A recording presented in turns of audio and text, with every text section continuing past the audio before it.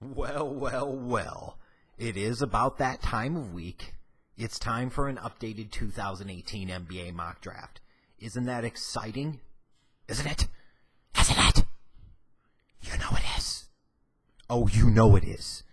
You know you want it, you need it, because if nothing else, I am here to give you an outlet so you can let off some steam by bitching at me. Some of you surely get tired of me bitching sometimes, but I can be therapeutic in that way because I can help you out. And surely, whenever I do a mock draft, there is plenty that a lot of you like to get out of your system. And that's okay. But I'm going to do it anyways because I care about you, all of you. So you can check out the mock draft. It's just a one-round edition this time. In the comments section, or excuse me, the description box below, you can let me know your thoughts about it in the comments section. In terms of this particular mock draft, there's not really much change in terms of the top five. I'm still, for the moment, sticking with DeAndre Ayton going number 1 to Phoenix, Bagley 2 to Sacramento, Jackson 3 to Atlanta, Doncic 4 to Memphis, and Bamba 5 to Dallas. I think that's stayed that way from the last one. I don't think that's any change. The first real change is Trae Young going number 6 to Orlando. I have trouble figuring out what Orlando might want to do. Will they want somebody like a Michael Porter? If a Bamba was there, would they take him? Or would they want somebody like a Trae Young because they feel like they need a point guard? They just need somebody that can put the damn ball in the basket. They need some type of potential star power. In this case, I've got them going there, which would allow Chicago at 7 to get the guy who I think would be their ideal pick, which would be Michael Porter Jr. A lot of risk there, but a lot of potential upside and reward. Cleveland at 8, taking a guy like Bridges. It would be interesting in terms of a guy that could potentially play alongside LeBron, but also a guy that could help be the next generation of the Cavaliers, whatever the hell that's going to look like without LeBron. The Knicks at number 9, getting a guy like Wendell Carter Jr.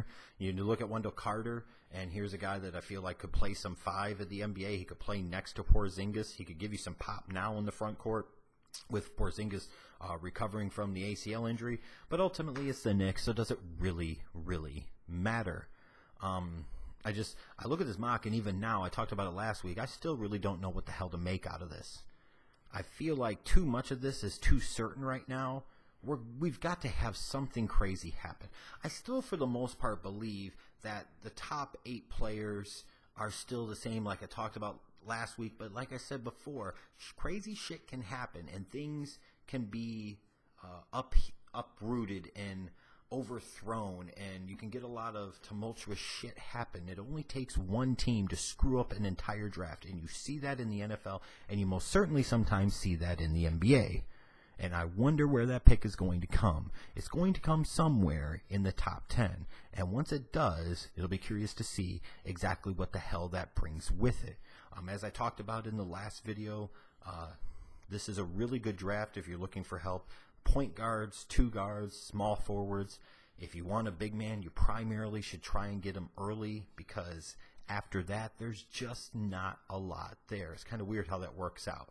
The biggest names for the most part in this draft are front court players. After that, it's all backcourt, wing, and perimeter players. And that's exactly what I see here. It looks like it's an okay draft class with a couple of potential stars, but it feels like we're going to have a couple of guys taken in the lottery, specifically in the top 10, that could end up really being massive bust. So I come to you with this question.